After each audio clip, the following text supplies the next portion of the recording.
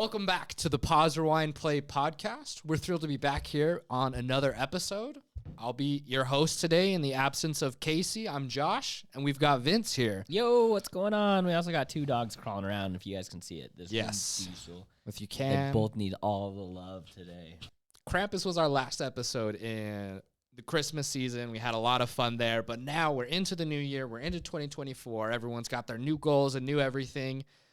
But you know what time it is, Vince. It's my favorite time of year. It's awards season. Yeah, it's starting. We've already had the Golden Globes, and one of the stars of the movie we're talking about today is now Golden Globe winner Jeremy Allen White. Yeah, he won it. For the Bear, Ayo Edebiri as well. So incredible stuff going on there. Heck yeah. There's so much more to come. Oscar nominations are being announced. I don't know when we'll put this out, but from the date that we're recording it in about 10 days, That's when it's coming think. Yes, I think it's the 21st of January.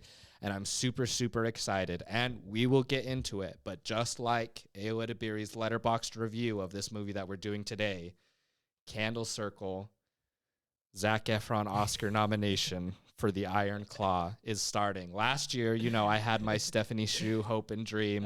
And that was what I, sacrificed all of my everything to the movie gods for, and it worked. And it happened. So this year, it's the Zac Efron Best Actor nomination. I would love that. That's what I'm sacrificing everything for. But Vince, how have you been, man? It's been a little bit Good. since we talked. What you been doing? What you been watching? I missed the Golden Globes. I didn't watch it. I don't really I didn't watch it prioritize either. it. I honestly forgot it was even happening the night it was going on. I got a text from my mom, and she's like, "Do you watch the Golden Globes?" I was like, "Not usually." She's like, "Okay, I was just wondering if I should tonight." And I'm like, I mean, why not? It's kind of fun to watch the celebrities do their thing. But I was busy, so I never got around to it. But I did listen to a podcast about the winners and everything, and I'm so happy to hear that the Bear just killed it. Like, so happy about that one. Other than that, yeah, just staying busy. I haven't watched a ton since we recorded last. I did watch a movie last night or the night before. I think it was last night. Have you heard of Leo on Netflix? The The lizard. Adam Sandler. Adam Sandler. Yeah, sorry, it's Adam Sandler and Bill Burr. And Adam Sandler and a couple of other guys wrote the movie. Mm-hmm. Have you heard anything about it? I've seen like the trailers for it on Netflix and stuff, but I haven't watched I it. hadn't even seen a trailer. I literally just heard that someone told me that that this is the exact words they used. They told me it's genuinely funny. And I was like, really? Like that's like a way that someone, no one's ever told me a movie like genuinely funny. Everyone's kind of like, yeah, it's a funny movie, but they're just like very like the wording that they chose made me be like, what does that mean? What does that mean? Genuinely Especially funny. like you've got an Adam Sandler movie. That man has done so many comedy movies at this time. You'd think there'd got to be recycled material or Yeah. just some of the same old. And a lot of so. his movies recently have been like Hubie Hey. Halloween. Man. Oh my gosh, we don't talk about Hubie Halloween in this household. Adam Sandler is hit and miss. I did put on Coneheads the other day. I don't know if you ever heard of Coneheads. I haven't watched it, but I know It's an old like SNL skit, the Coneheads thing, and they made a movie, and I loved it when I was a kid, and so I put it on in the background the other day, just kind of like for fun. It doesn't hold up as an adult very well, but it was very nostalgic for me, and all the like classic SNL cast show up in it, and Nice. at one point Adam Sandler shows up there, and I'm just like, in this, I just miss young Adam Sandler, So anyway, we put on Leo last night, and dude, I laughed a lot in that movie. Yeah, The visual gags in it are just like, it's animated, right? Yeah, it's an animated movie. And the animation's not that great. Like, it's not like the most like visually amazing movie. It's not like even a Pixar standards. But like the visual gags that they used throughout the whole thing. First off, the story is very heartwarming and it's a good lesson for kids, and everything. But they just packed the movie with visual gags through the whole thing that just every time made me laugh. Like, it takes place in a school. And every time you see like the little kindergartners, they're just like these buck-eyed, like crazy, like manic, like little kids running around like chaos. And they do it multiple times throughout the movie, and it never got old every time you see the little kindergartners, So it's just like one visual gag after the next with like a heartwarming story and a good lesson for kids, about being yourself and finding someone that you can talk to so that you can like become a better person. And it's about like an old lizard sharing his wisdom that he's learned over the last like 75 years of his life, you know, and improving other people's lives. It was a genuinely funny movie. That's some interesting wording. I think I should go watch this movie now, Vince. Yeah, so check it out. It's really, really good. I miss Adam Sandler. I need to watch more of his stuff. I still haven't seen like Uncut Gems, or some of his like bigger stuff.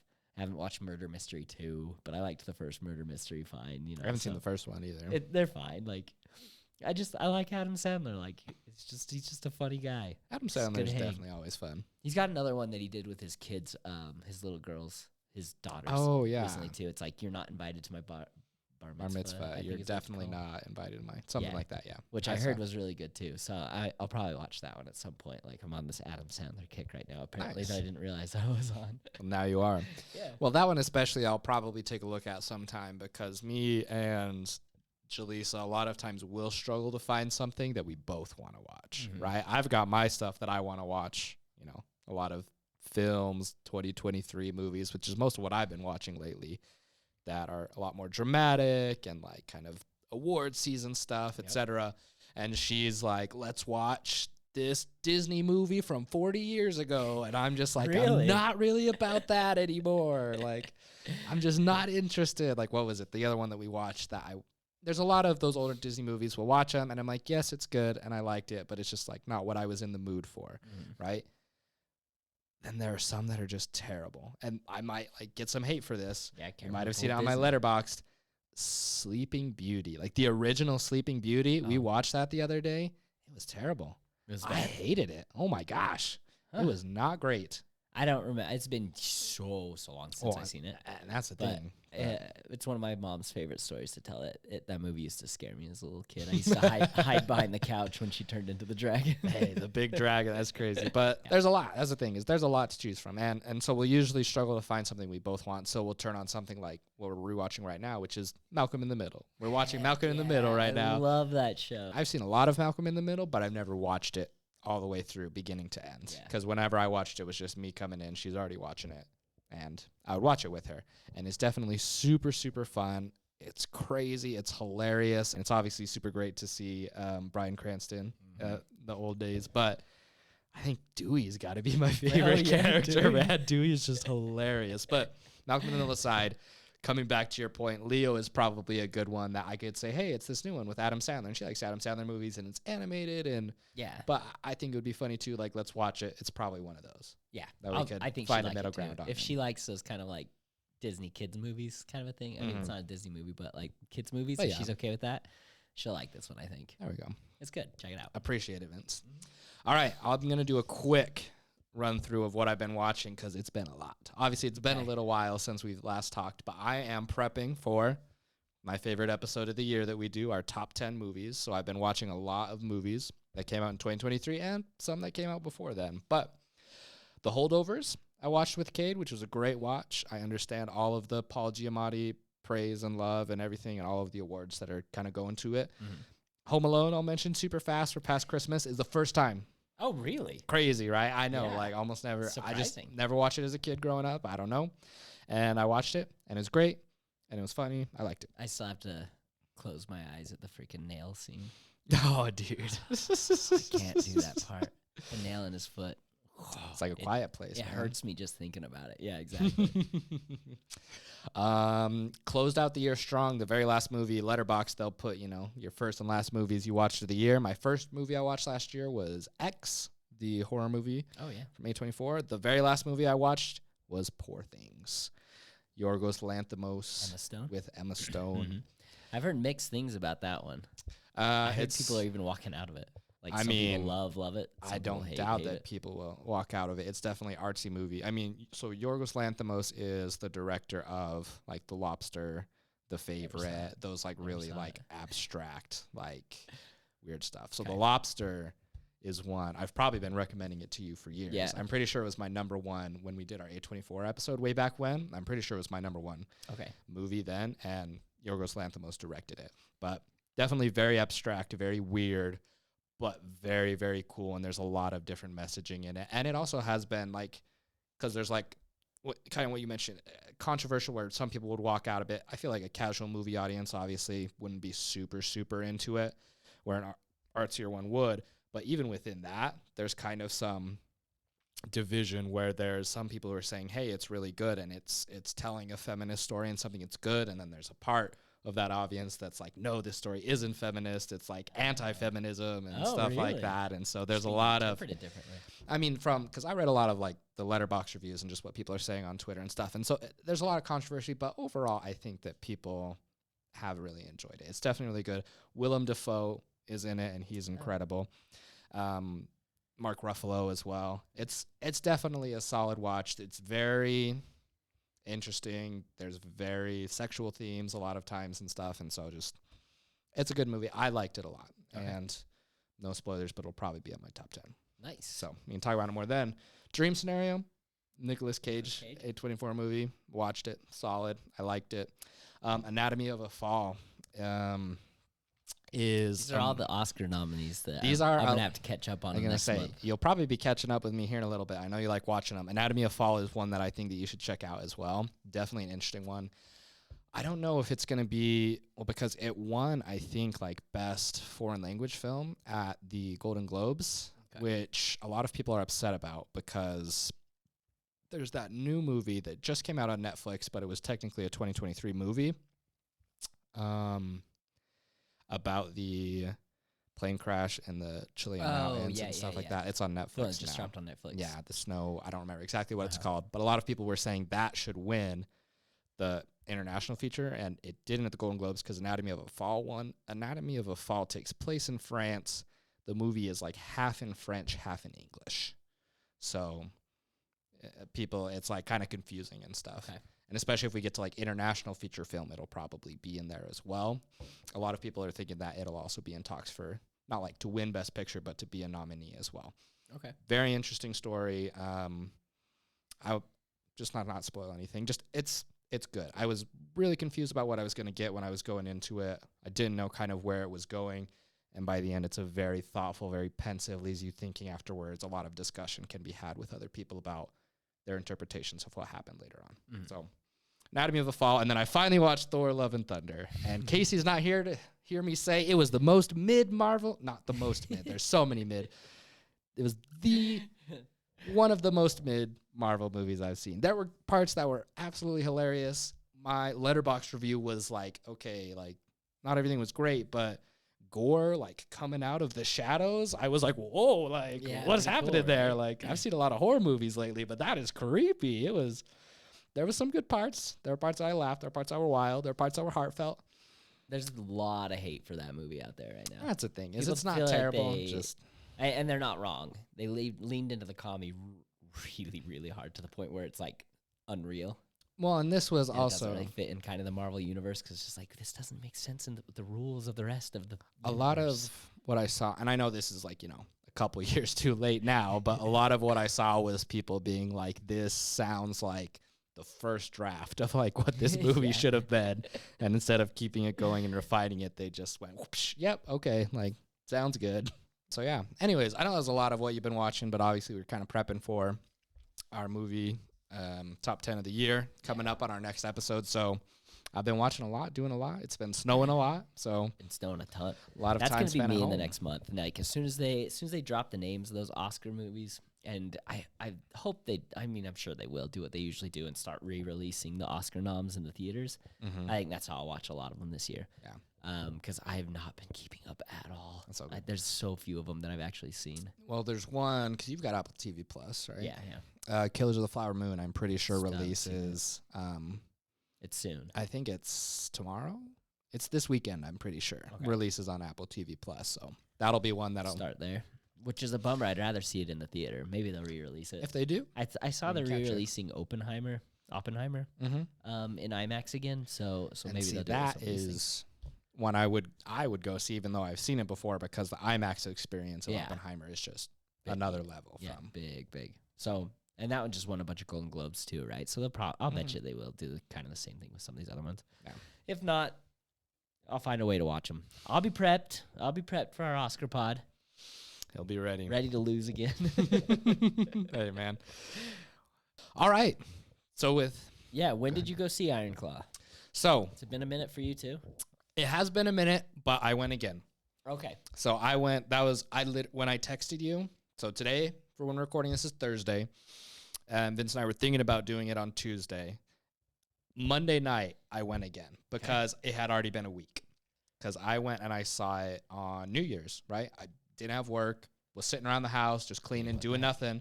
I said, "Hey, let's go see a movie."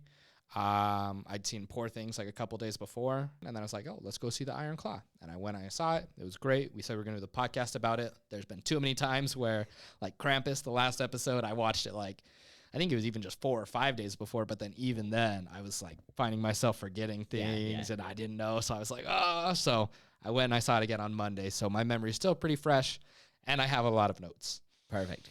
Okay. I'm about a week out-ish since I saw it, but I loved it. I absolutely loved it.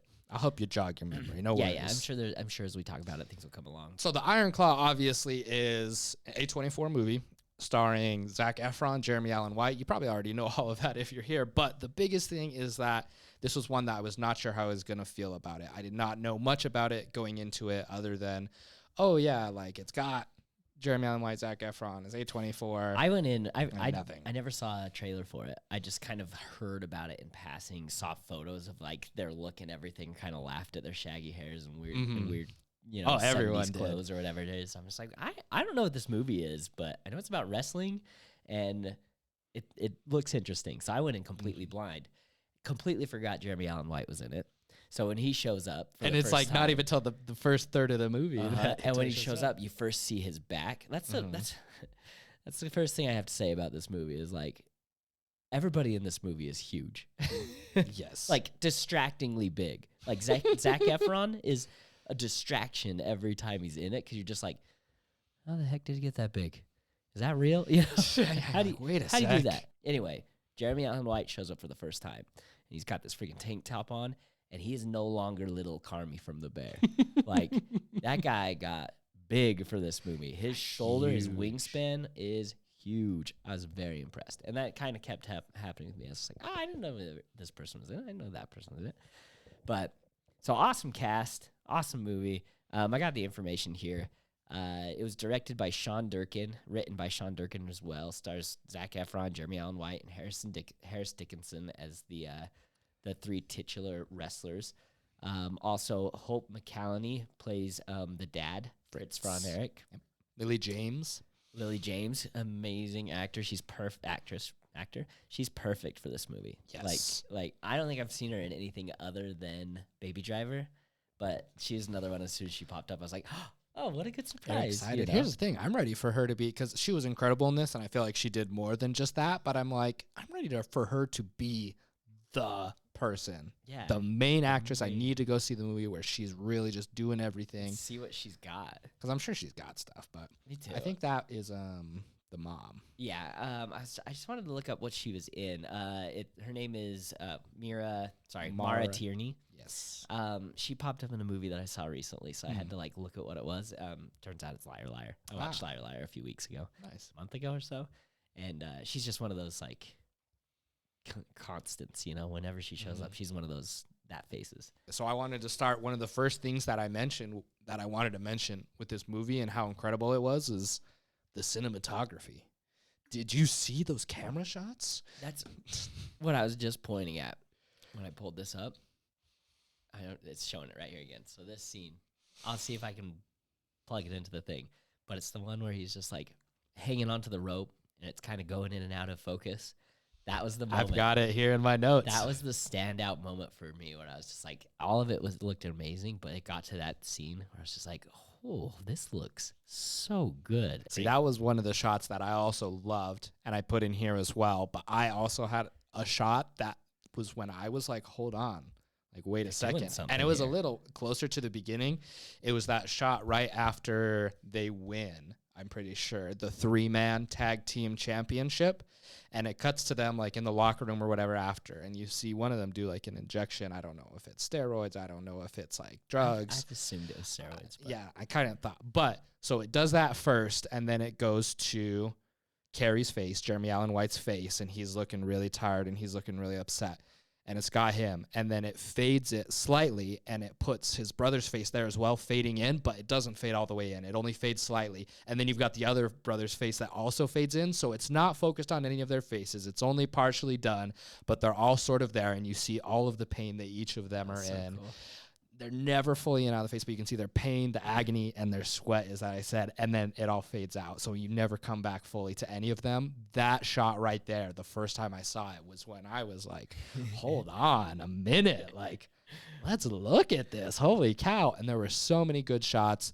They had, in the script, I found the screenplay, or I don't know if it's the real screenplay. I don't know if it's a draft of a screenplay, because there was some stuff I found that was changed or different. When they talk about the ranch that they grew up on, right? They call it like the dream ranch, like all of this stuff. There were so many shots of sunrises and sunsets on this ranch as well, whether in happy or sad moments, that were just beautiful and increased the emotion, I feel, of those scenes. Because sunrises and sunsets, they're always times of like awakening or new starts or just like sadness sometimes. But in any case, it's of beauty. And those shots that they had of those sunrises and sunsets on the ranch were also absolutely gorgeous. Beautiful. Just so many really good shots. And then I guess like we're already in spoiler territory, right? Like we kind of never really just jumped into it. We kind of jumped into it.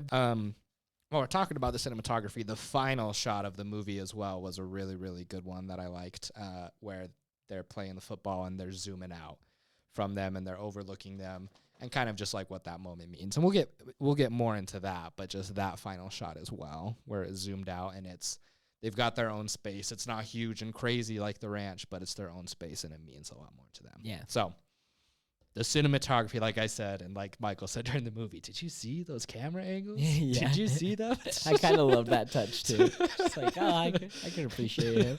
He gets it. Exactly. He's the one who's like, hey, man. He might not be wrestling with the rest of them, but he gets how to put on a show. Hey, man, he knows. He knows.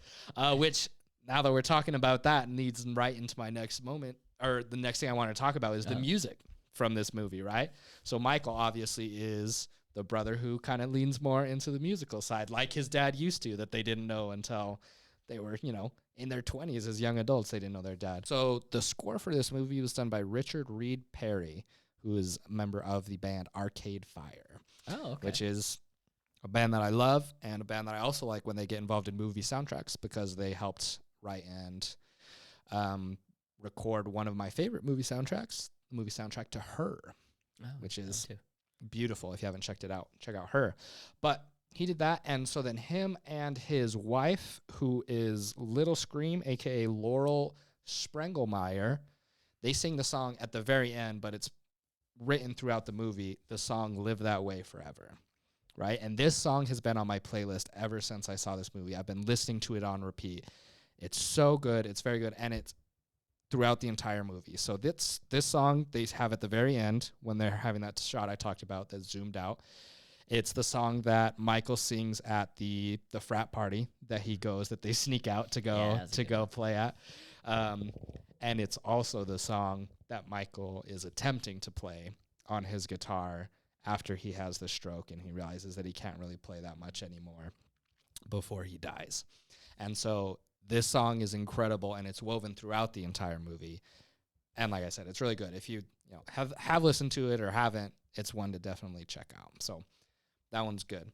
And that's an original song for the movie, and there's a lot of original music in the movie. There's also a lot of new music that already existed that they put into the movie, right? Just like songs and stuff. Yeah. This movie, I'm going to talk so much about everything that I love, but this movie was made for me, okay? This movie was made for me in so many ways, and these two songs being dropped within like 20, 25 minutes of each other was like whiplash to me. It was crazy. Not because they're so different, which they are. Tom Sawyer by Rush gets dropped during a wrestling and training montage, which we'll also talk about that more later. I love Rush. And then Country Boy, when they're at the wedding and they're doing their little dance, Country Boy by John Denver gets dropped. My father's favorite band and the one that he introduced me to was Rush. And he had me listen to so much Rush, Tom Sawyer, YYZ, all of this stuff. He loved showing it to me. My mother and her family loved John Denver more than anything in the entire world, and they introduced me to that so much. And even if I don't listen to these people so much anymore, having these dropped in the same thing, like so close to each other, I was like, this is my family. This is what got introduced to me as a kid. I was like, this is awesome. Crazy. There was so much stuff that was happening. And then Don't Fear the Reaper as well was also, I think, in the middle of those, if I remember right, at one of the fights or something that they had, one of the wrestling sequences. So music, what did you notice? What did you like about the music in this movie? I just remember thinking as it was playing those needle drops, I just remember thinking, oh, this scene, sometimes this literally is done right. Like, this is how needle drops are done right. It's time period appropriate. It's accurate to the story, like the movie they're playing. I just couldn't help but thinking of the Super Mario Bros. Movie, which like is full of needle drops, but they're so out of place. And it's in a movie that's just like, why are we doing needle drops with a video game movie? We should be using the video game soundtrack, you know? So that's what really stood up to me. It was just like, oh, this adds to just like the ambiance of the entire thing that's going on. I don't have any of these personal connections like you do to them, other than I recognize them and I've heard them before, you know. And I'm just like, oh, this is great. This is putting me in the shoes of the time period. They're really good choices.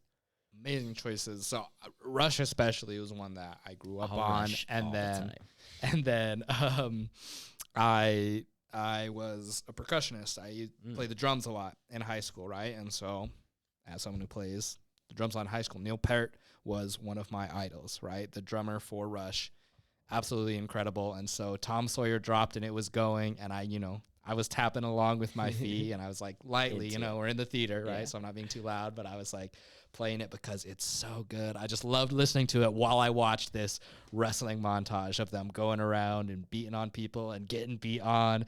It was one of my favorite scenes of the movie. And I have a few favorite scenes, but spoiler, that is one of them. Nice. Is that montage where Tom Sawyer is playing, they're going around, beating on people, getting beat up. Just the music is so well done in this movie, and the original score as well is one of my favorite things. Done by, again, Richard Reed Parry. All right, so this movie, there was a lot of different quotes that kind of made me think and made me stop and wonder about the themes of the movie and what's going on. So there's a lot of different themes in this movie.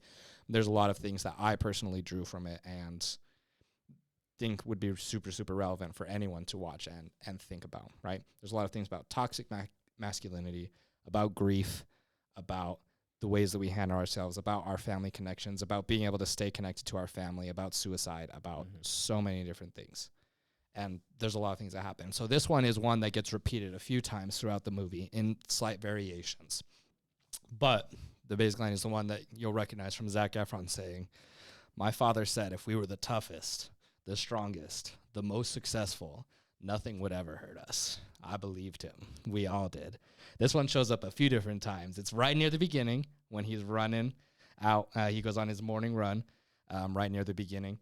It's right near the end, right before he's training for his fight with Ric Flair as well.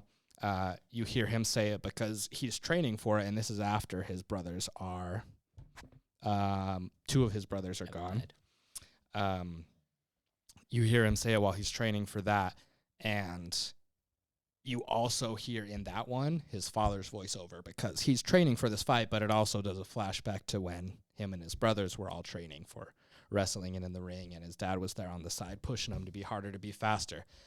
And in that moment, it's huge because that's kind of, this movie is weird kind of with the way that it paces it, but that scene is almost, it's not the climax of action, but the fight with Ric Flair and what happens afterwards is it's like the crossroads of the movie, more like the turning point of the movie, right? With what he decides is important and what he decides to do with his life, right?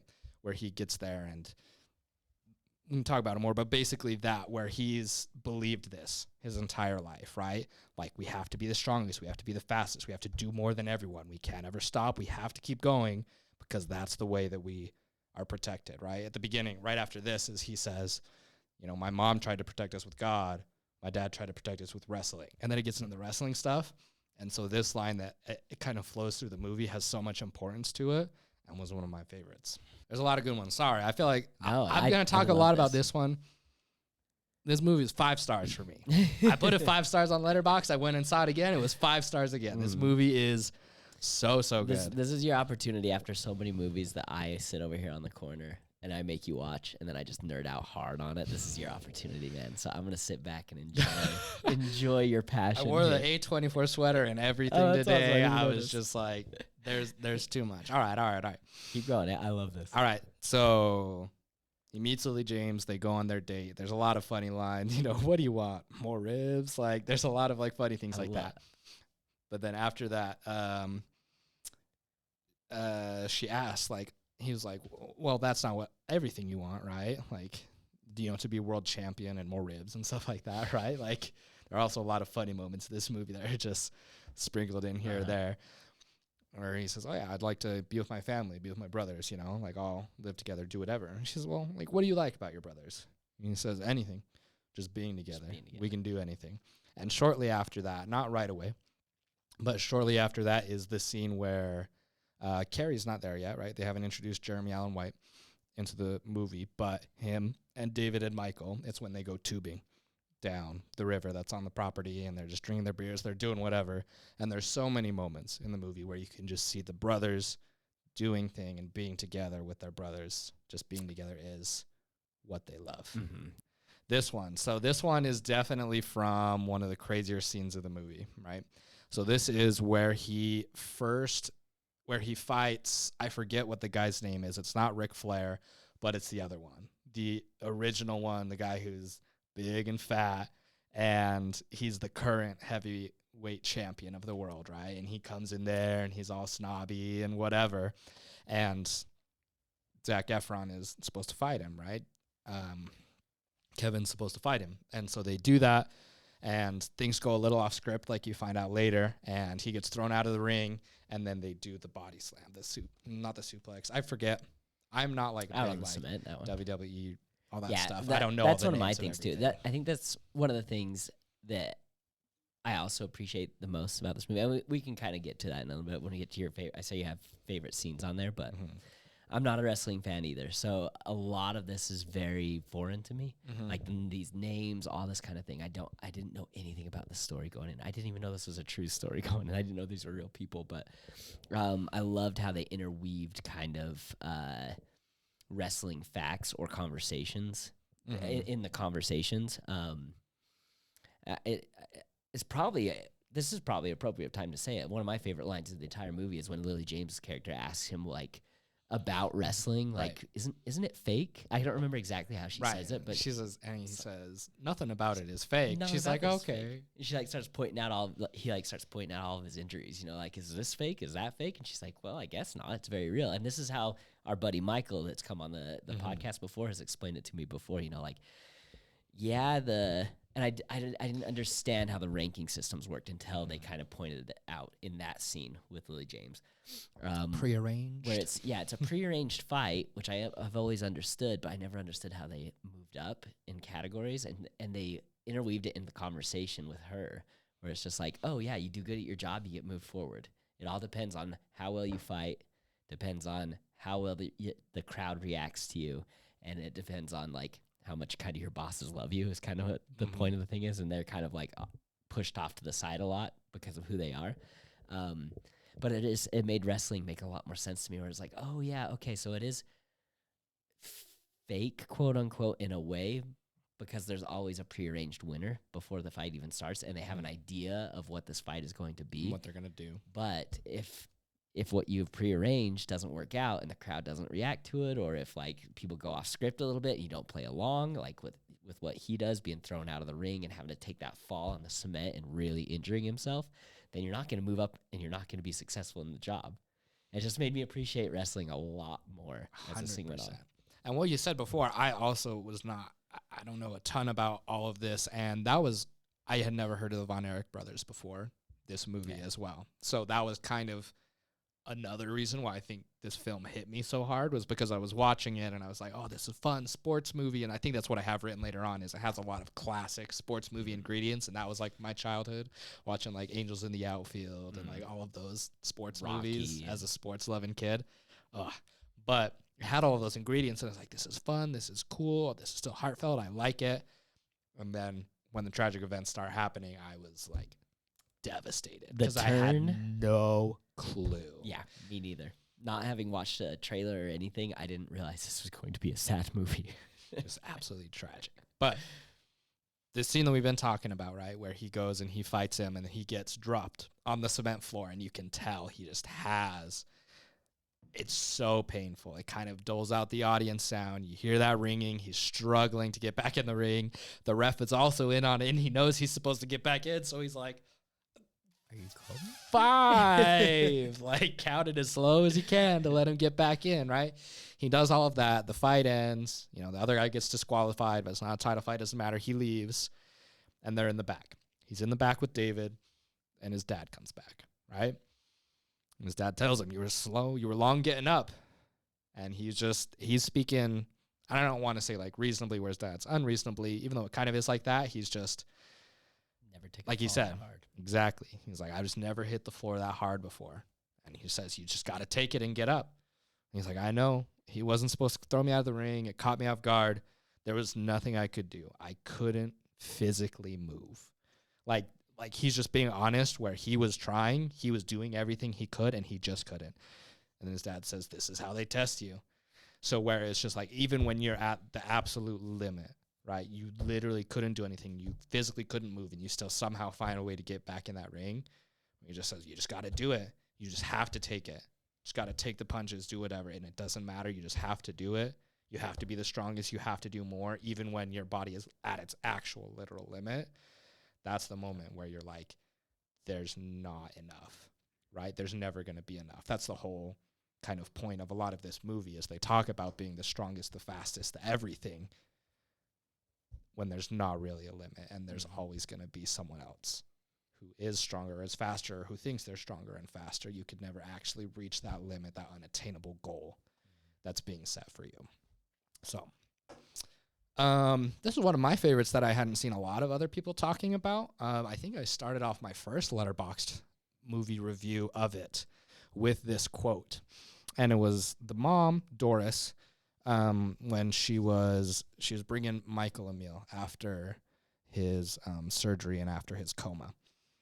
And and they were looking at the painting on the wall that she had painted. And she told him, she was like, oh, I painted that. That's my childhood home. I painted that. And he's, they've lived in this house for years and years. This kid's 21, 22 years old. And he says, well, why didn't you tell anyone? And she said, I had my reasons. I just can't remember them anymore. And that line was kind of crazy to me in the movie, because Doris, as weird as it sounds, was one of the most interesting and most complex characters of this movie. Because the way that Fritz acts with his sons and with his brothers is obviously, or not his brothers, and how they act with each other is kind of obviously the main focal point of the movie and how it affects them. How Fritz acts in the way that he is affects Doris so much. And that comes through a lot of times in the movies, and it's in a lot of ways that we don't really recognize, right? Doris loves painting, and you can see this later on in the movie. She starts painting again. She loves it. She loved that Fritz used to be musical, and he would play her the most beautiful songs. She loved all of these things. And as he got into wrestling, and as he got into this very, we need to have our home be this certain way. You're a homemaker, and we need to do this. We'll raise our boys this way and do whatever. Those things kind of slowly faded away. They stopped talking about those things. They stopped doing those things. And so this line was kind of that moment that it really, really hit me, how much Fritz, and what happened with his boys is one thing, but how much it also affected her. Mm-hmm. She painted this beautiful picture of her childhood home, and in 25, 20, 30 years, who knows, none of them ever knew that she had done that, because of how things were in their home and because of what was talked about, what was acceptable to talk about, and what wasn't. So it's a tiny little line, and there's a lot of these tiny little lines and tiny little moments with Doris that just go a really, really long way about what's happening in it. So I don't know. That's like one of the smaller ones that kind of like still really got to me. So, and then right after that, Michael says, everyone wants me to everyone wants me to be David, but I can't replace him. So this is after David had died, right? And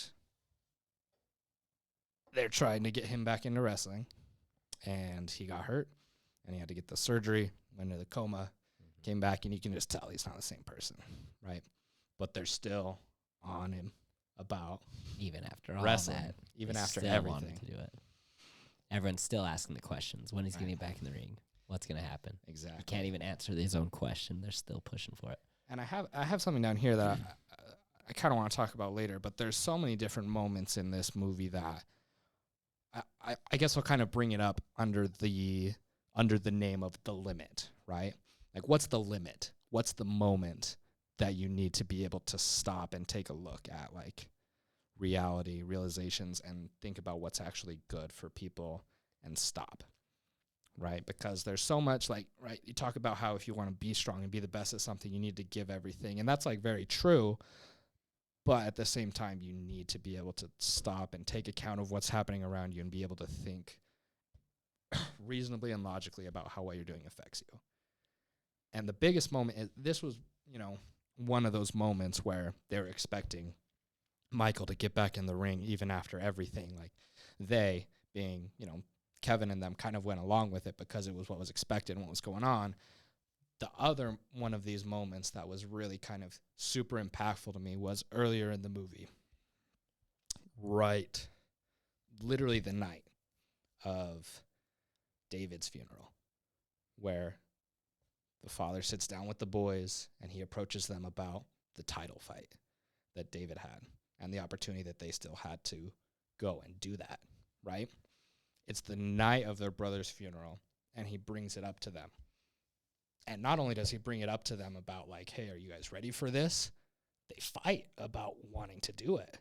And that was where I was like, oh my goodness, like, what is happening here? Like, this just happened, and obviously we know wrestling is huge and it's so big in this family, but that was where I was like, dang, like, it's so ingrained into them needing this, wanting this, having the belt in the family, that brother's death almost falls to the side when it's like, all right, well, the title fight's still up for grabs. Who's doing it? Mm-hmm. So I don't know.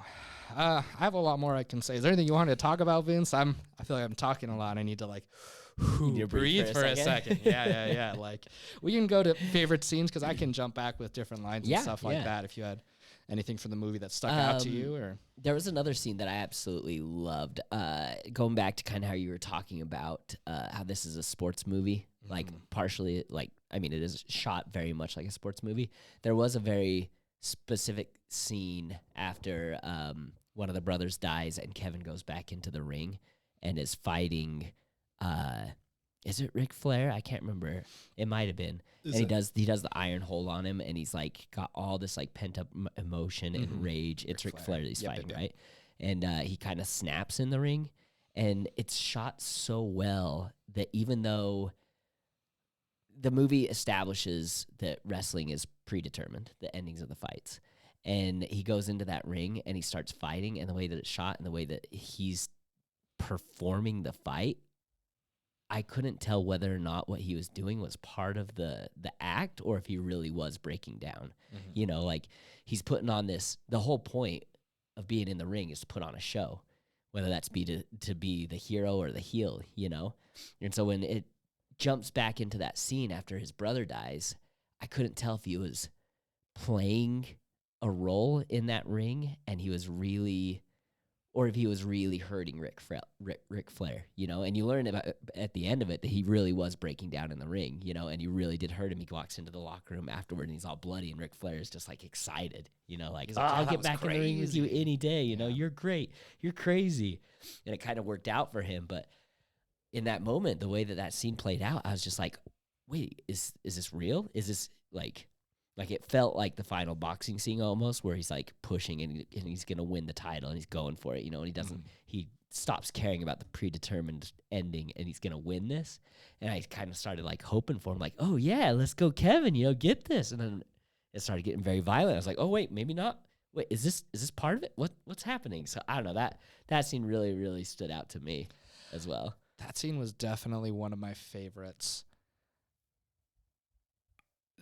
exactly what you were saying is exactly it. Is this was the moment I referred to as like the turning point of the movie, where he makes a big decision, right before he's doing the training and everything, and you hear him and his dad talking about needing to be the toughest and the strongest and everything, and he goes into this fight and he needs to have it, right? This is the moment. All of his brothers are gone now, and it's just him. And he needs, or no, Carrie's still alive. Yeah. But basically, so many of his brothers are gone, and this needs to happen, right? He needs to be the toughest and the strongest, and he goes into the ring with the predetermined outcome, the furthest thing from his mind. Because you also, before this happened, had that big old speech from Ric Flair, right? The one on TV, and it's just the performance, right? Where he's like, he's like, I'm the biggest, the strongest, I'm the best looking, I've got a limousine a mile long. I think I have. Just the best. Exactly. I think I wrote, let's see if I wrote something about it. I might not have wrote anything about that specifically, but basically there's just so much that goes into it, what I talked about, like the limit, right? You think like you need to be the toughest, the strongest, and the very best.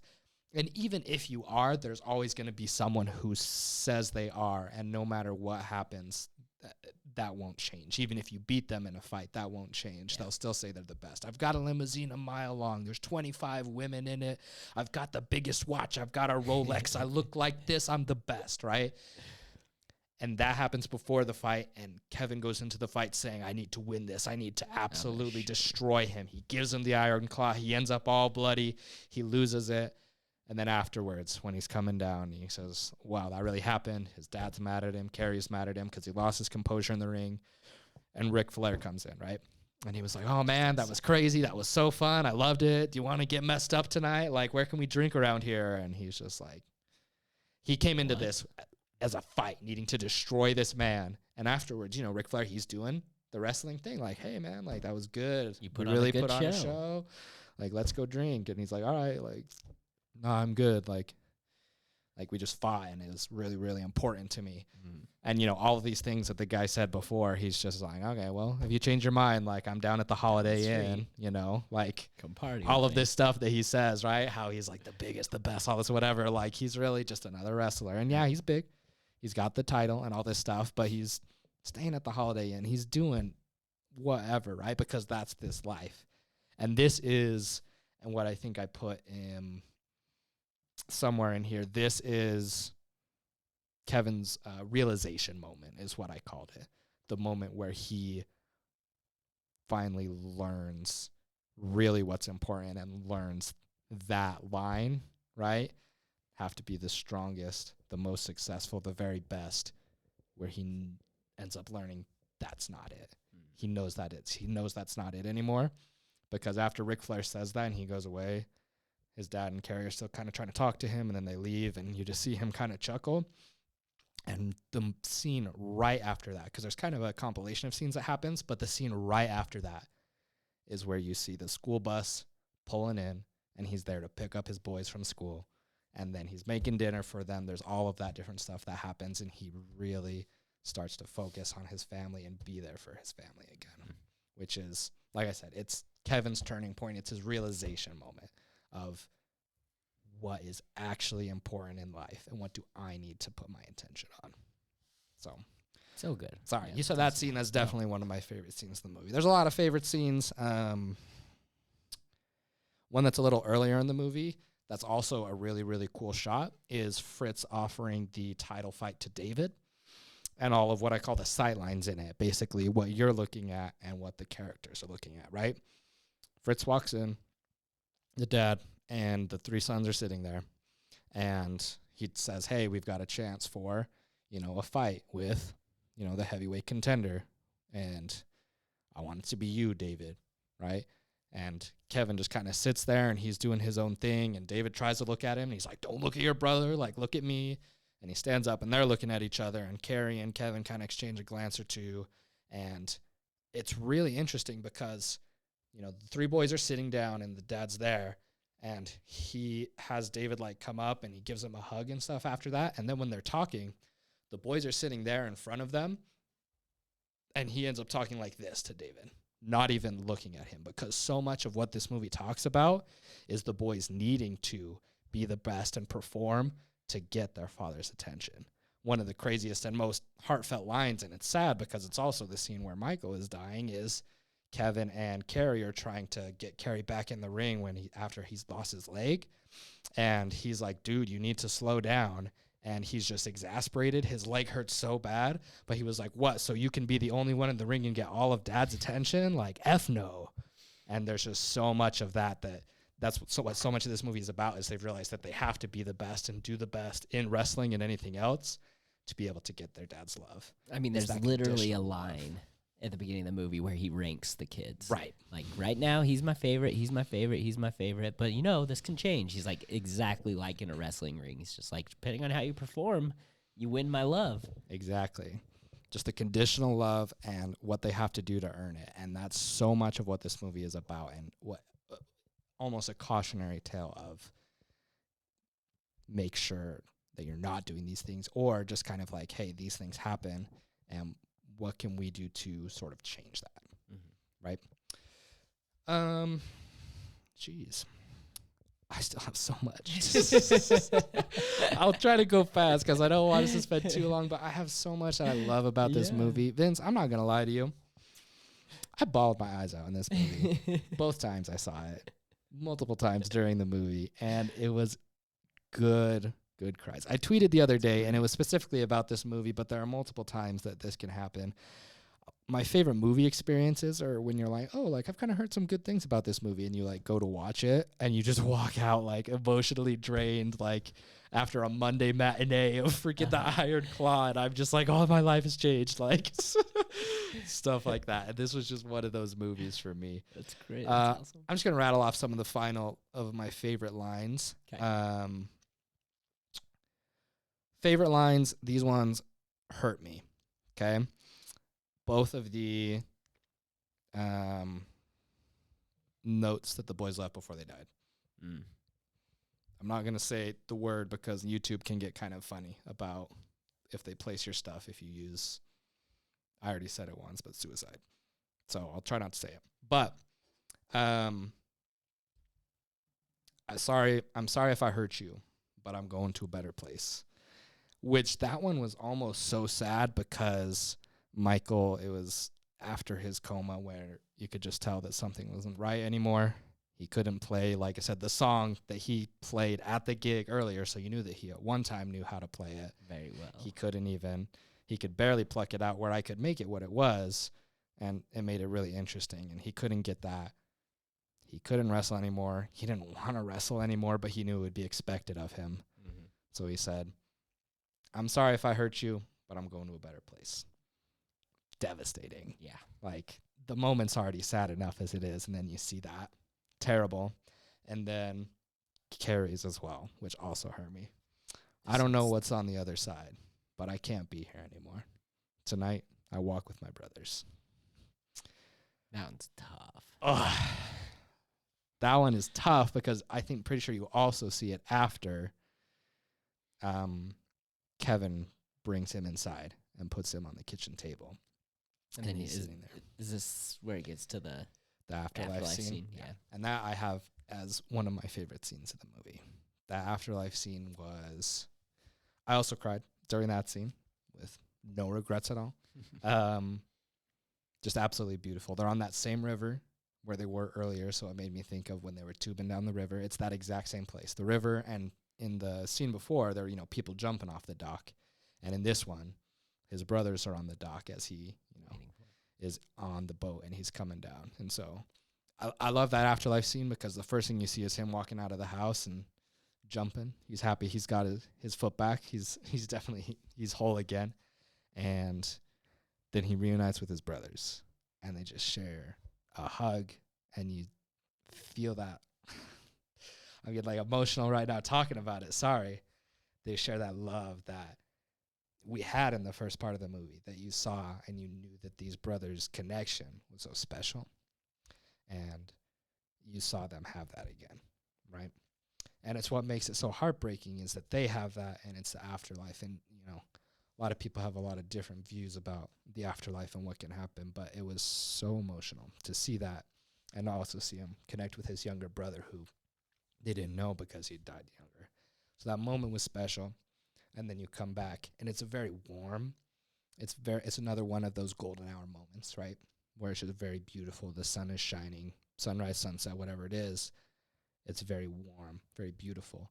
And even though he's having a moment with his brother, it cuts back to Zac Efron as Kevin with Carrie on the table, and it's very cold as far as the color scheme goes. And he's very upset, obviously, by it. What happened with his dad, what happened with his last brother that he had. And it ends up affecting him a lot. And we'll get to that later because I have another, I always have another, but the end of the movie obviously gets into a lot of that, the relationship with the brothers and what it means to them. But, yeah. Oh, so one of my other lines here. You didn't take care of them. You didn't take care of any of them. Him kind of finally letting his anger spew over to his dad with, hey, finally, like realizing, that he's been taking, Kevin just takes over and over the blame for everything that goes wrong. Like his dad just blames him for everything that happens, even though Kevin is like doing his best to help his brothers like at all times. Like doesn't one of the brothers actually, it's Carrie actually calls him and tells him he's having a hard time, and he calls up his dad and tells his dad, watch before him. this, Yeah. And he doesn't, and literally the dad shows up and he's just like, well, that was your responsibility. He's like, are you kidding me? He's like, I told you that there was something wrong. I did everything I could. And over in Kevin's life, he's just accepted the blame that his father puts on him, because the brothers were always responsible for each other. The dad was never responsible for the kids other than making them a success. But when it came to like personal life and emotions, it was always like, oh, it's between the two of you. You guys figure it out. I don't care. And Doris also has one of those lines, right, where the boys come to him and say, hey, you have to talk to him about this, or you have to do this. And she'll say, nope, you need to, talk about, or because what is it like? Oh, like I need to talk or something. And she'll say, that's what your brothers are for. Or, oh, you need to do this. Like, oh, have your brothers figure it out. Or when in that phone call, right, after he had the call with Carrie and then he called his dad, he was like, I'm just really worried about him. We need to figure out what we're going to do to help him. And this is after, right? This isn't it. The craziest part is this is after David died and then Michael also died. And he calls his dad and he says, we need to find out what to do to help Carrie because he's not good. He just called me and said he wasn't good. This isn't just my imagination. He said he's not good. And he said, you guys got to figure it out amongst yourselves. Such an irresponsible thing. Irresponsible, crazy, and just wild. And the other thing that I was thinking about when you were talking about that is the crazy symbolism of that moment. Him finally saying that and then also physically fighting back against his dad. That's a huge symbol of this movie is, yes, they're in the ring and they're wrestling all this stuff. The brothers literally fight each other for the father's love, right? And they literally fight each other in the movie, but it never goes back that other way. There's no talking back. There's no questioning his authority. Just accepting always. And that's the thing is Fritz, he's always the one who's making the rule, who's calling the shots, and you don't question it ever. Later on, when Kevin says, hey, Dad, we got to offer to sell the business. I really got to do something about it. I need it for my family. And he says, hey, I didn't give it to you for you to sell it and all that other stuff. He confronts him about hey, I went through the books. I never got paid as much as this says that I should have got paid. I'm basically saying, I know you took extra money that should have been mine. I know it. It's not like a question. I know it happened. And his dad literally responds with, I did everything for your own betterment. Don't you ever question me, even though it's not even a question. And that was another moment where he already knew this, but it was like Lily James' character. I forget, what's her name? I should know. We've just been talking about everyone else. It's crazy that we haven't mentioned Lily James that much because she was incredible in this. Pam, right.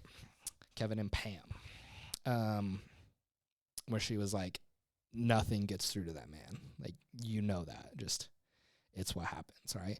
And it's also at that moment where you kind of realize that he doesn't want to, but he's like, I might need to start, limiting the time that my sons are here with my dad, which I don't want to do, but it's because they're there, they're watching Carrie on the TV, which they like to do. But then when he says that and they're kind of fighting about that, Carrie ends up winning right then at that moment. And he says, that's it. Look at your uncle. That's how you do it right there. And so it's just, so many different moments that are like that. We can talk about that one at the end. We can kind of end the podcast with the end of the movie. We'll get that. But I have a lot of other things. A lot of them we've kind of already touched on. But some of the biggest ones are the biggest messages that I took away from the movie, or kind of moments or things that made me feel. The first one is grief. And this is, Zac Efron has so many moments in this movie where I think he's Oscar worthy by a long shot, right? So many moments. His facial expressions in this movie above anything. He has this huge body and he does so much with it that it can kind of be hard. Like you said, it's distracting how insanely ripped all of these people are.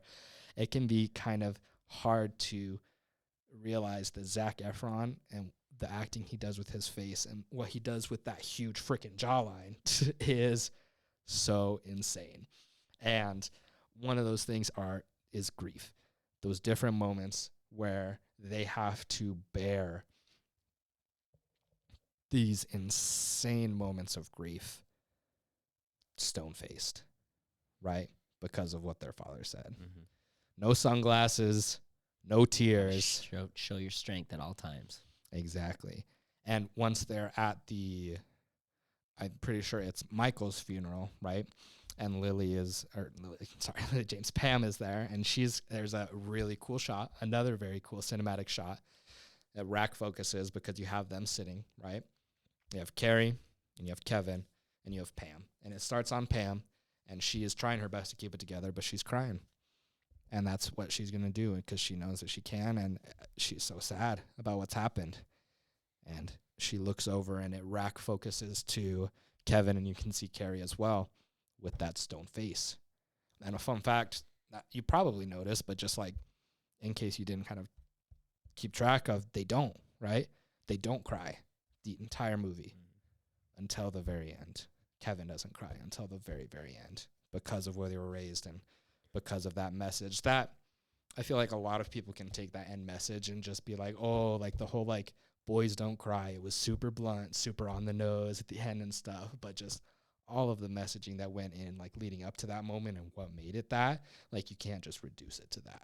Was another one of my main things that I was like, I see a lot of people saying this, but you can't just have that. But anyway, the grief is really big. And then there's a lot, we kind of talked a lot about toxic masculinity and the father's influence on, hey, if you're not being the very best, the very strongest, then you're not important to me, and you have to do that. Otherwise, you're not being good. You're not taking care of your family if you're not doing that. And there's a lot to be said about, like, you know, being able to have that strength and not just slack off in everything without having unrealistic expectations that go into it. And that this is what the whole movie is about. But also one of the more interesting things to me that I kind of thought about was what the screenplay, and he says it, but it's kind of hard to emphasize it because it's such a short word, is it. And it being Kevin's fear of passing that generational trauma of masculinity and unrealistic expectations that he inherited and that he felt from his dad and all of his brothers got down to his sons. He has that moment after Michael's funeral and that middle section of the movie where he's not coming home anymore. And she tells him, I need you at home. I need you to be there. And he says, I just can't. And from him training and everything, you find out that it's because he's afraid of passing that on. And he stays away from them until after that fight with Ric Flair when he comes home. And she's surprised, and then he's there for his family, and he's loving it. So that was one of the coolest scenes that was like really brief and kind of subtle during the movie of something that can be really, really scary because you know, like the whole like nature versus nurture debate of like you can change and do so much with your life, but there's also literal genetic predispositions where people are more inclined to do things because of their DNA and how you're raised, right? And you can always change and you can always do things differently, and you can break that generational curse or whatever, right, that they talk about so much in the movie. But there is like a lot to be said about there's literal genetic predispositions that, yeah, my dad did it this way, and so I can do what I can to stop it, but my DNA is written to kind of be this way, and I don't want my children to be that way. And so there is that literal and real fear of, hey, I don't want this to happen to them. But then needing to get to that moment that he eventually gets to in the movie where he says, I have to be there for my family, and I can be the one to break that curse and to put it on to the next level, right?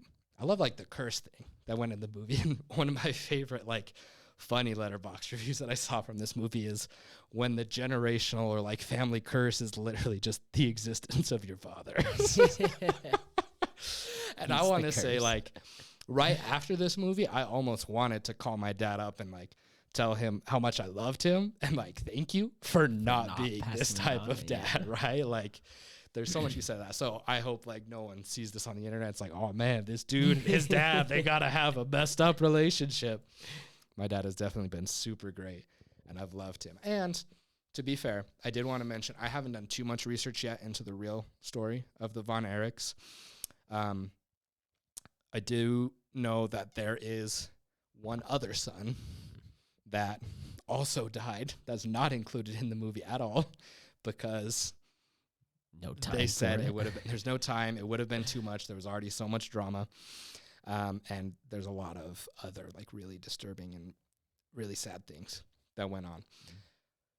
Kevin Von Erich, the one who's still alive, right, and it shows his family in the ranch or whatever, they didn't get a lot of input from them when they were doing it other than a few things here or there.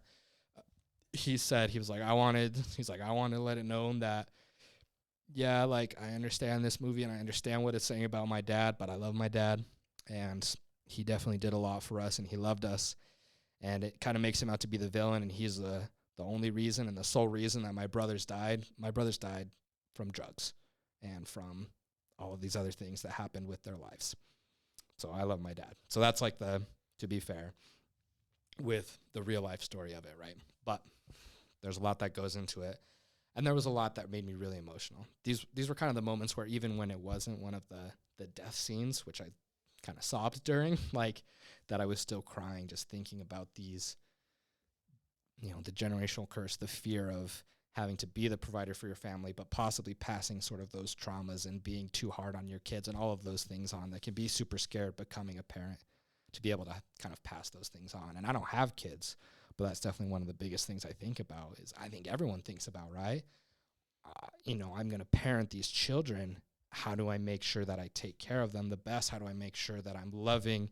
How do I make sure I raise them sternly so that they follow the right path, but not obviously to the point of, like, this movie, right? So there was a lot that went into that. I don't know. What are your kind of thoughts about, I know I've said a lot about all of that. Like, was there a lot that you kind of took the same way and thought about as far as that stuff? Or was I just like, whoa, like, reading too far into too much stuff? No, I think you 100% covered it well. I like that you pointed that out, that even though what the real Kevin said about his dad, like, I'm happy to know that even though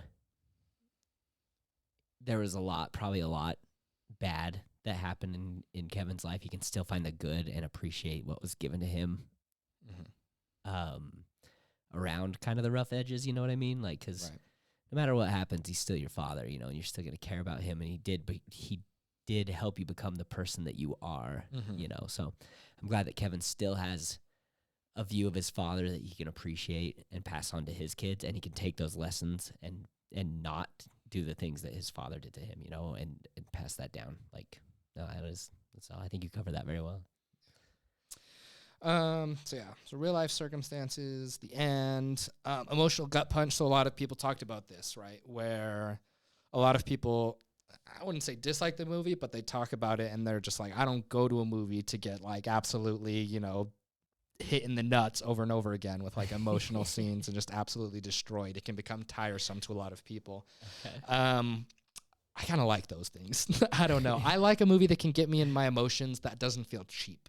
Yeah, right? It can make you feel something. Like, it made me feel so many things, and, like, when I feel like that kind of like that raw emotionality during and after a movie, that's when I know I've had one of those really good movie experiences, right? And I like it, again, in a way that doesn't feel cheap, because there are so many times where you're watching a movie and there's, like, too many deaths. There's just, like, stuff that they're just trying to just destroy Make you you, feel something. right? And like they're trying to make you feel something, and they're just like building up to stuff in ways that are unnecessary or like things that are dumb.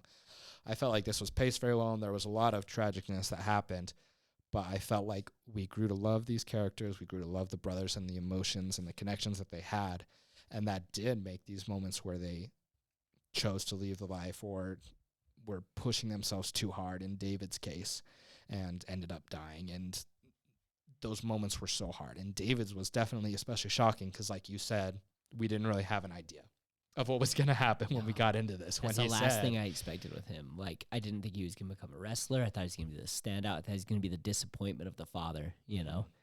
I thought that was going to play his role. That was going to be his role to play. oh, because in this especially, story. like, he kind of sets it up that way, you know? Because he's the one who's like, Dad, like, chill out with Michael. Like, get off him. Like, he's fine, you know? Oh, no, excuse me. I was thinking Michael. Oh, you were Sorry, thinking Michael's Michael? The guy who I was thinking but of. David the as musician. well. But Yeah, the musician as well. No, yeah. So David's death when he goes to Japan and they find him dead in his hotel room from a ruptured intestine. That was kind of foreshadowed with him and his brothers. which is probably one of my other favorite scenes. is him in the bathroom. That touching moment between the two brothers just sitting in the stall together.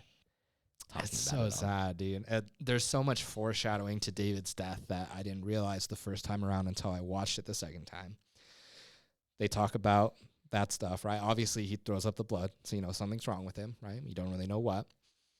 He tells him, he's like, oh, turns out this is a shotgun wedding. Like, and he's like, oh, you dog. He's like, Yeah, so oh, I'm good. going to be an uncle. Like, oh, that makes me so happy. So touching after this like scary moment of seeing him throwing up blood. It's just like, Mhm. oh, And they're just so happy for each other. You can feel that brotherly love, no, something's gonna go wrong. all of that stuff. Just Then they know go it's out. coming. They drop Country Boy by John Denver, and they're all dancing, and it shows The all of line them. dance. And it goes down the line, and it hits David the last because he's at the end, and it hangs on David for a bit longer than it did everyone else. And I didn't notice until the second time I watched that it did that, and it just kind of hung on David. And then right after that was when Kevin drove up to the ranch, and his dad told him his brother died. So the first emotionally wrenching scene, and then the Michael one where he takes the pills and he goes out into the land on the farm, and they have to look for him later. And then Carrie's moment, also where he comes back for the gun that he gave his father that had meant so much, and he had tried to win some love and some approval from his father from. And it was so obvious that he didn't care as much about, and ended up shooting himself with it. So many tragic moments that it was sad. It was happy afterwards to see that afterlife scene. One of my favorites, if not my favorite scene of the movie, where you see that brotherly love and connection again. And then the happiness that Kevin, even without his brothers, is able to sort of supersede the curse and be able to create his family and create those familial bonds and create the love, unconditional love that he never got from his father, from his family. Right. Oh, yeah, that was what I was just going to say. The foreshadowing right before David's death. This was really interesting. I won't stick too long on it because I feel like it could get me into talking too much. I've already talked a lot, but I was leaving the theater the second time after I'd watched it.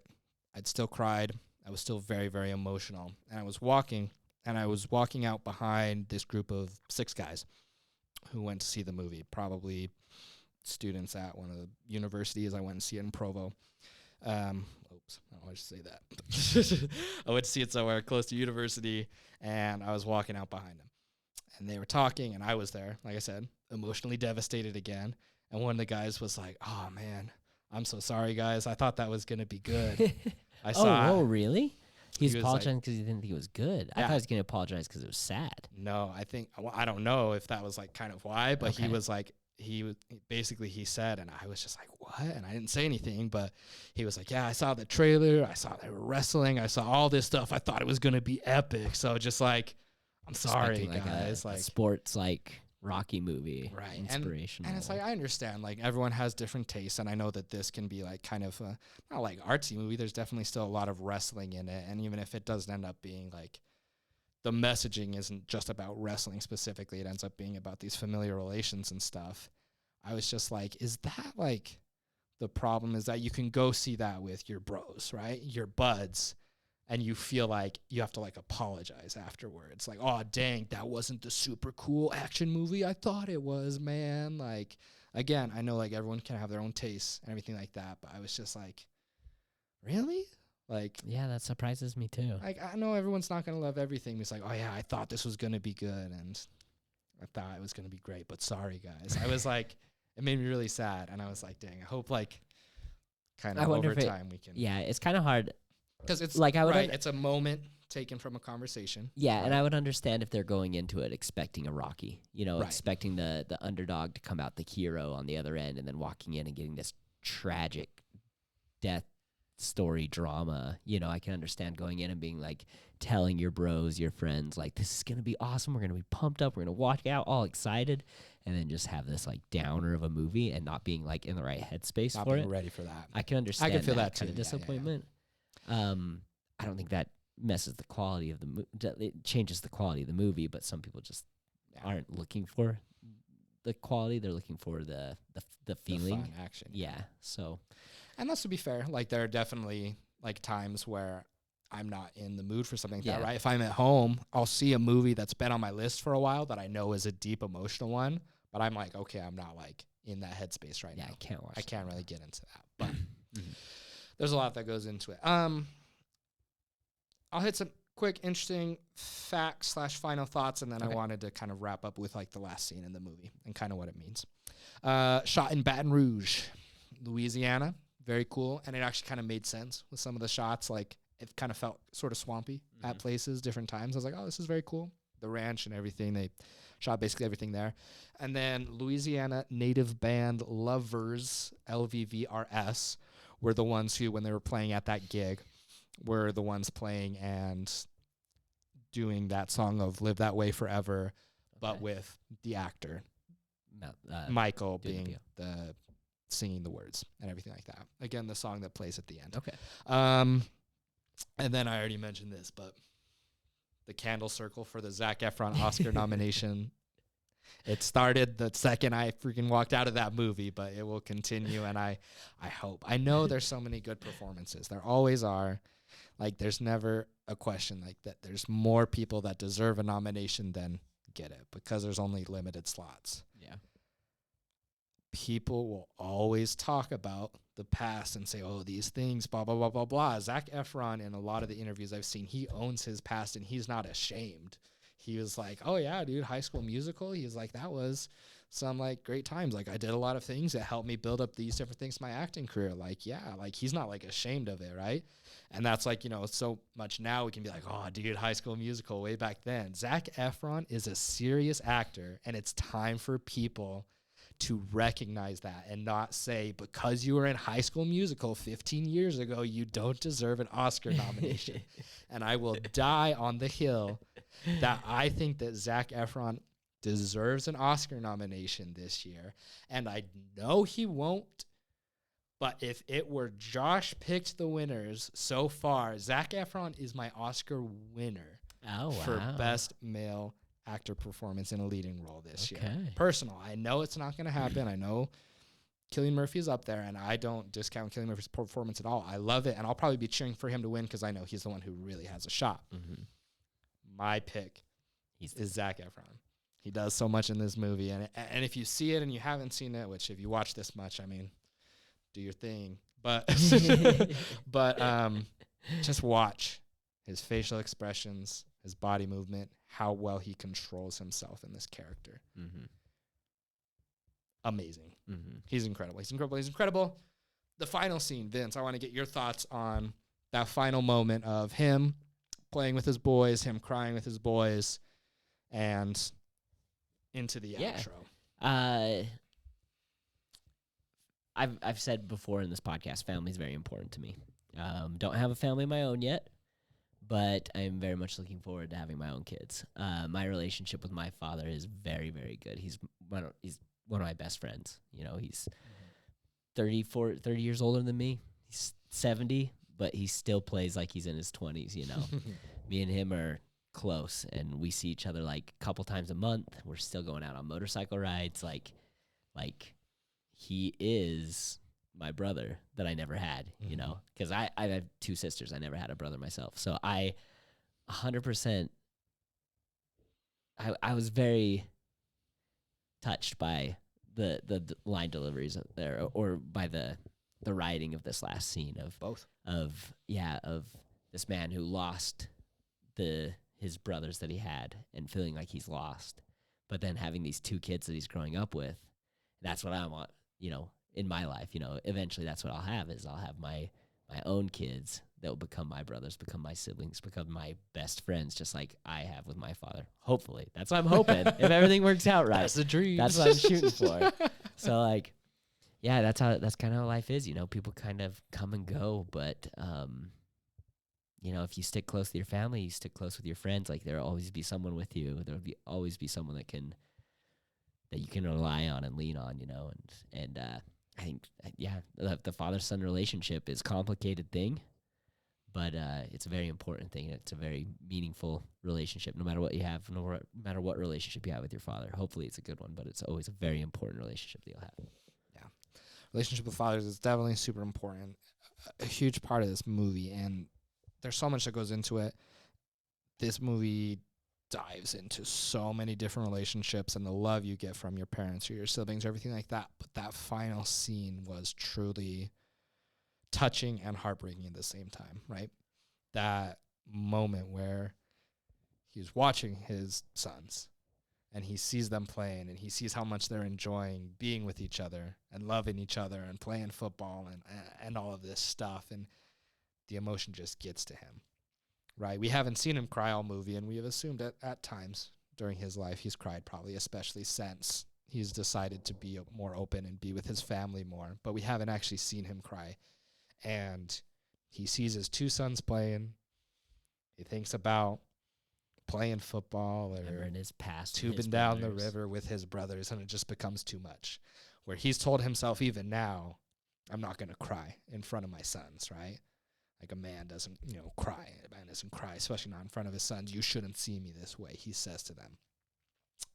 Because it just becomes too much, because he feels that, and he just misses his brothers more than anything, And it becomes too much. It boils over. His sons see him, and they come and they talk to him, and they say, "Dad, like, what's going on? Why are you crying?" And then possibly the line of the movie, I don't know. You heard me say a million lines, and so many of them were touching, funny, or heartbreaking. And this one, I think, is probably the line of the movie and the one that sums it up when they say, "Well, do you know why you're sad, Dad?" And he's like, "Well, it's because I used to be a brother, and I'm not a brother anymore."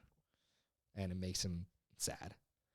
And like you said, they say, "Well, like, we'll be your brothers. Like, we'll be the ones to give you that love and to give you that connection." And he says, "Well, I appreciate that, boys." And then they go and they play, and they're doing all that stuff. And the mom comes in with the dogs. The other part that I love, right, is she's a vet, and they always have the dogs around, the different dogs. One that definitely looked a lot like Diesel was one of their dogs that they had. And they go and they play and they pan out. And the other reason why I liked that final scene so much, just in my closing thoughts, was so much of this movie is about toxic masculinity and how we need to be mindful and make sure that we're not setting unreasonable expectations and all of this stuff. A lot of people take that in a super negative way. They say, "Well, you're just trying to turn people too soft, that they can't be strong and they can't do all of these different things." And this last scene, I think in a super subtle way, kind of subverts that expectation. They say, "Dude, these guys are out here playing, they're playing football. They're tackling each other. They're still doing these manly things. You can show love and cry and be in those family relationships and be strong and still do these things, right? No one's telling you to not play football. No one's telling you to not wrestle. No one's telling you not to do these things. You can do these things and still be loving and still be gentle and still be a man." I think a lot of people say, and I think that's kind of what this movie is there's a lot of kind of changing notions about the way that people used to be parented and the way that a lot of things have happened and the way that things are moving. A lot of people say, like, "I wish you could go back to the old days, beat your kids and, like, set them straight in ways." And there's a lot of, like, stuff that's changing. And, everyone has their own parenting style and stuff like that happens. But it's a lot of the movie is about you can be masculine, you can do all these things, and you can be a a good father and you can love your kids and you can show and have those proper expectations. And that's kind of what kind of hit hard really for me with a lot of different things. So you heard me talk a lot. There's a lot that I loved about this movie, and I've gone through everything and I've kind of said it all. And you know that I love this movie so much. 5 stars. You'll have to find out where it is in my rankings. Yeah. Once we get to the next episode. I think I'm gonna guess. You can kind of take a guess. It's probably off the list. Not that. But do you have any final thoughts, Vince, before we wrapped up this episode about the Iron Claw and as we head into our top 10? Any words? I think you very thoroughly covered it. Thank you for like sharing all that with you and getting personal in there too, and like and sharing a part of yourself that kind of taking a note from the movie and like not afraid to get emotional and let people know, you know, that this movie really does touch you, and that's okay to let people know, and that's okay to feel those emotions, you know. So thanks for this. Is really fun for me to listen to too. Well, thanks. Thanks for listening to me. I appreciate that. I feel like we have the friendship that, I mean, obviously this is going to go on the internet. Anyone can watch it. And please don't degrade me in the comments if you don't like me crying. But I feel like that mostly like when we do the podcast, you know, we put it out there and people can watch it. But I feel like it's always us talking. So I appreciate you being someone I feel like I could talk to that stuff about. So, but yeah, other than that, like check out the movie. It's really good. The Iron Claw, baby. Yeah, check it out. That's it. All right. That's all I got. Well, we'll go ahead and we'll wrap it up. This has been another episode of the Pause, Rewind, Play podcast. Thank you so much if you've listened to it with us this whole way. We really appreciate it. Drop your comments if you've seen the movie down below about what your favorite part of the movie, or if you're listening on Spotify or Apple Podcasts, pull up our Instagram or our YouTube and check it out and let us know your thoughts about the movie. And also, like we said, we've got our next episode coming up will be our top 10 movies of 2023, one of my personal favorites. So fun one. In preparation for that, post any of your favorite movies. If you have a list, let us know. If you don't, just say, hey, these are some of my favorite movies that you guys should either check out, or I hope that these are on your list as well, because I'm looking forward to it. You know, I love this episode because I was so excited to talk about this movie. But the next one will be even better. Thanks so much for checking out this episode of the Pause, Rewind, Play podcast. Check us out on our socials, and we'll catch you next time.